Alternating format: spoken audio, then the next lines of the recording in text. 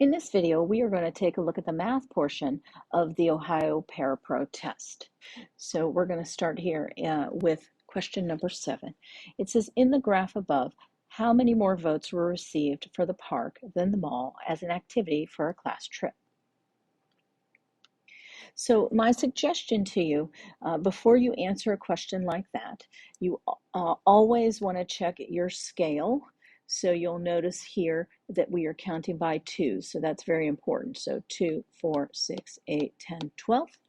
Always look at what your chart is telling you. So this is the results of the survey. These are the different activities along the x-axis here, and this is the number of votes. So the first thing I'm going to do is I'm just going to label how many each received. So this is 8. This looks like it would be 3, 6, 7, and 6.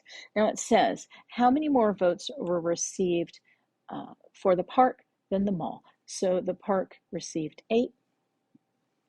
The mall received 6. So how many more tells us that we just need to subtract 8 minus 6. The answer would be B. Let's take a look at number 8. It says, what digit is in the hundredths place? Well, a good way to kind of remember your place value when dealing with numbers is that if we see that TH, that tells me that it is going to be after the decimal. And think about the number 100. So see how there's 2 zeros there. Find the second place after the decimal. So if it was thousandths, it would be the third place after the decimal. If it was tenths, that only has 1 0, it would be the first place after the decimal. So if you look at this, this is the tenths, hundredths, thousandths, 10,000ths, and you could keep going. Now it goes from here. This is, you might recall, the ones place, the tens, the hundreds, the thousands, and that keeps going.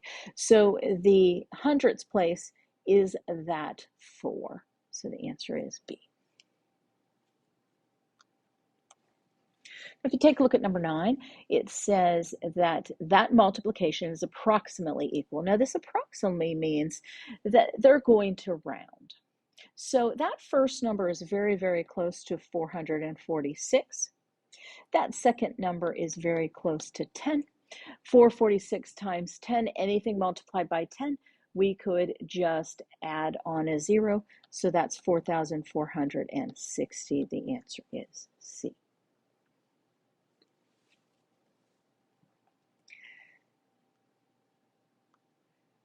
Let's keep going. It says, which of the following is not a point on the line L? So let me highlight the line L. And you'll notice that it is a horizontal line. So a horizontal line, every point is going to have the same exact y value. So they're always going to be, in this case, it's always going to be some number and a height of 3. So a horizontal line, all of the y values match. A vertical line, all of the x values match. So when they take a look at points on this line, 0, 3 is a point on that line. So that one is on the line. 1, 3 is a point on that line. 3, 0 is down here. Remember, this is your x, this is your y. So that one is a no. But we can find 3, 3, that's right here. So the only one that is not on our line is 3, 0. What's great about having the line in question is you can go and find those points. Remember, your first is your x, that's going to go left and right. Your y is, the second number is your y, it's going to go up and down. So it says a student wrote the incorrect number sentence above to solve the following problem.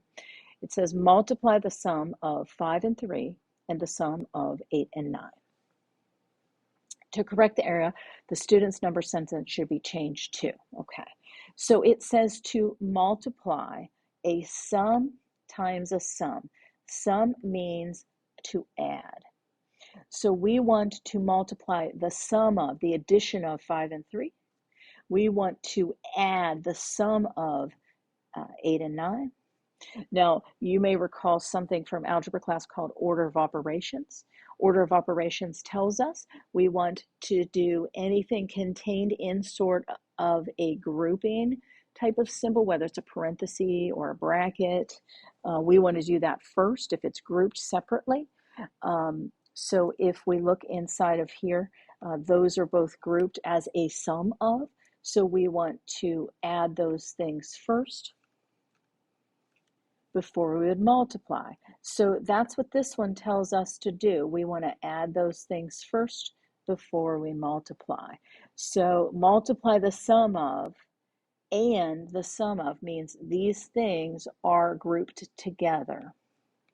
So we want to do those separately. And let's look at this last sample math question, number 12. A paraprofessional is helping a student find the equation for the area of a parallelogram ABCD shown above by pointing out to the student that the parallelogram can be divided into two congruent triangles. The area of the parallelogram is then the sum of the areas of the two triangles. Which of the following is the correct expression to use to find the area of the parallelogram? So you'll notice that they are thinking of these two triangles. They each have a height of 4 and a base of 7.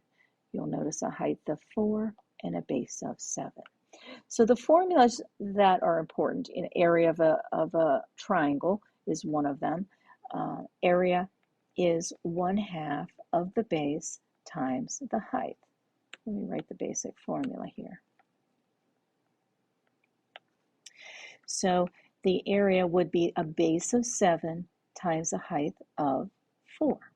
Now don't use this, that's not the height. That slant is not that perpendicular height. So you want to look for that perpendicular marking.